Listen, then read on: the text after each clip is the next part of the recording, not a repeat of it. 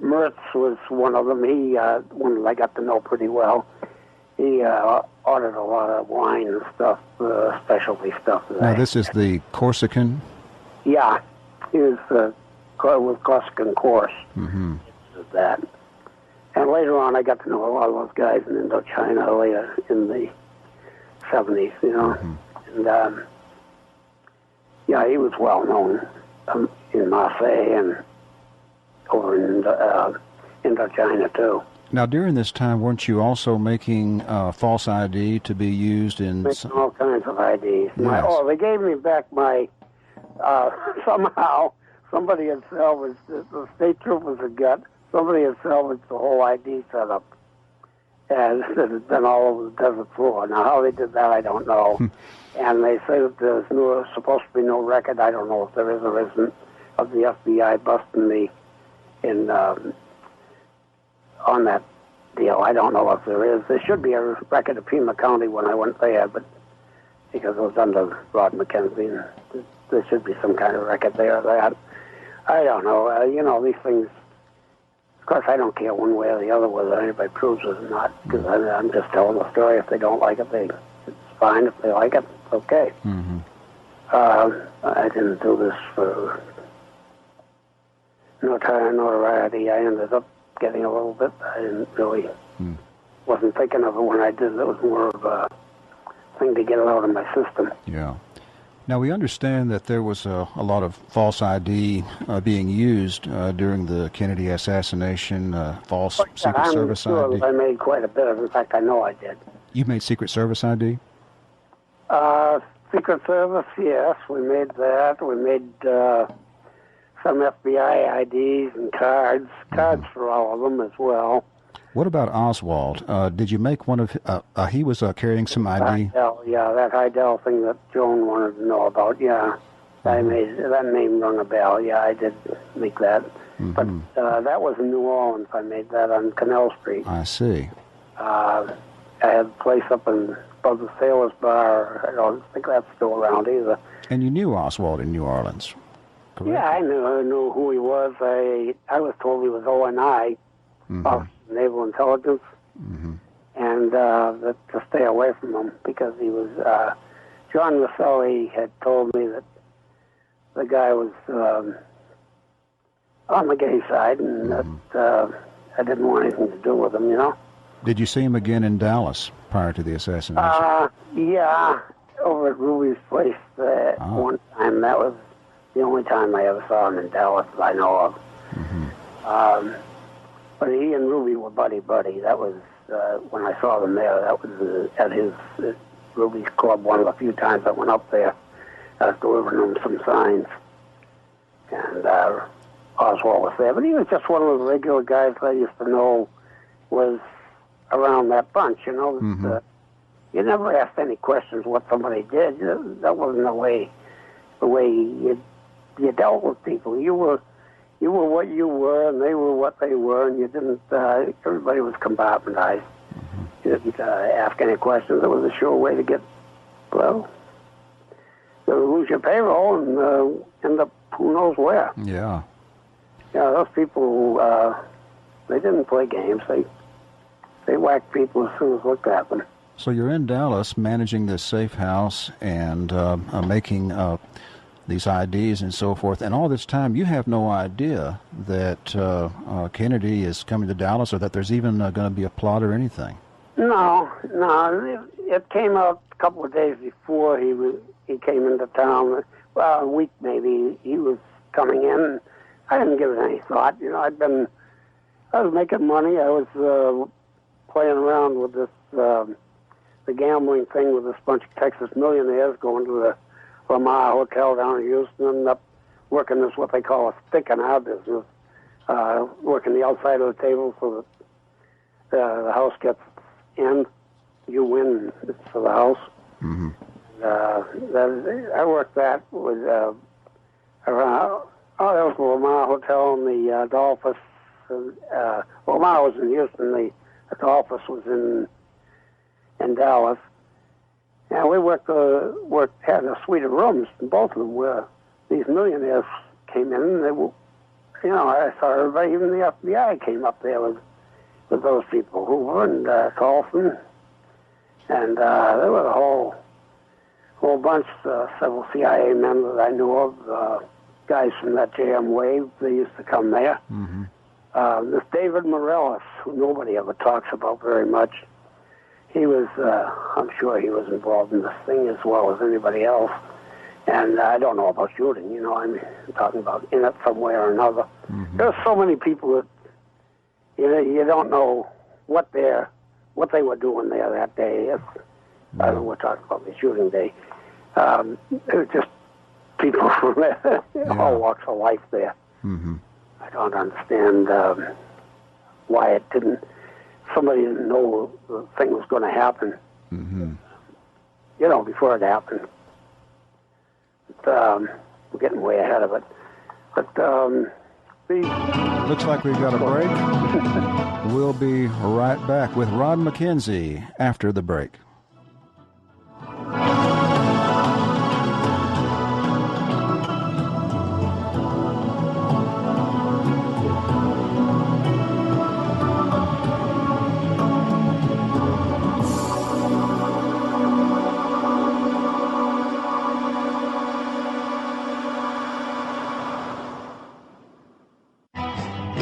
Funny and mind-bending news. PsiOp Radio with Mack White and Smiles Lewis, Sundays at 7 to 9 p.m. Central, only on American Freedom Radio.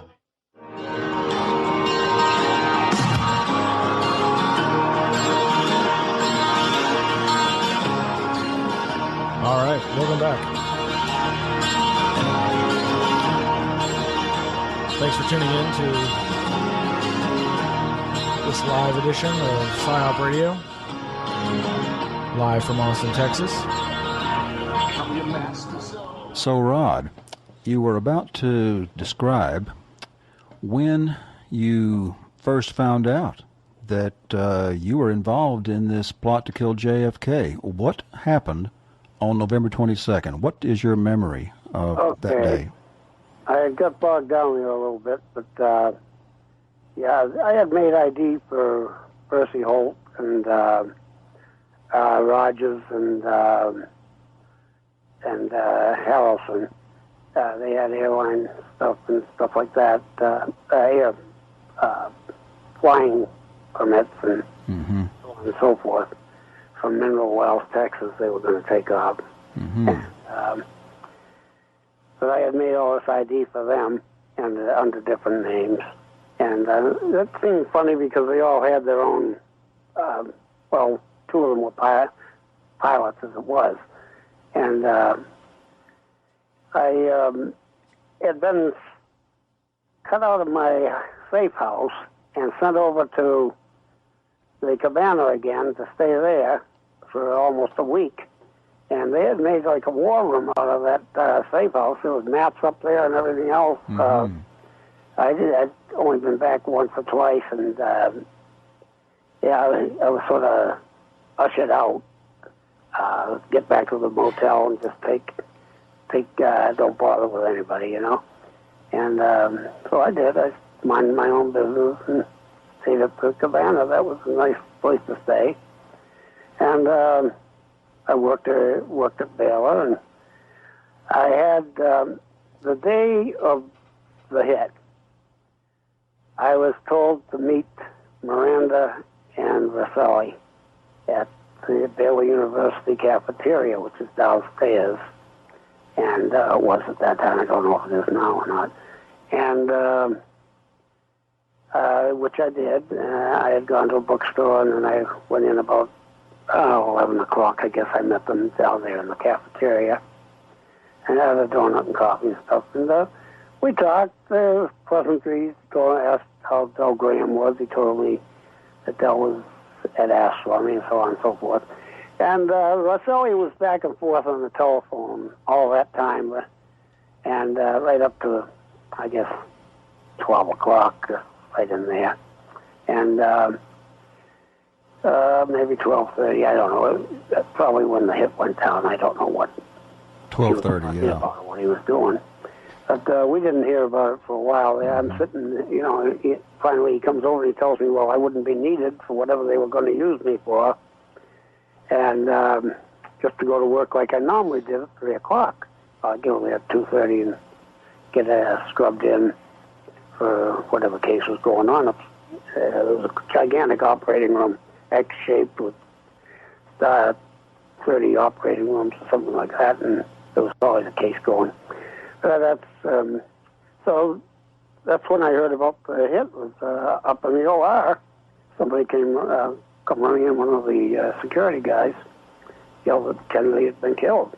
There was no surprise to anybody. It was, and none of us liked Kennedy. None of my people did, because of the Bay of Pigs business, and it was, I didn't think anything of it.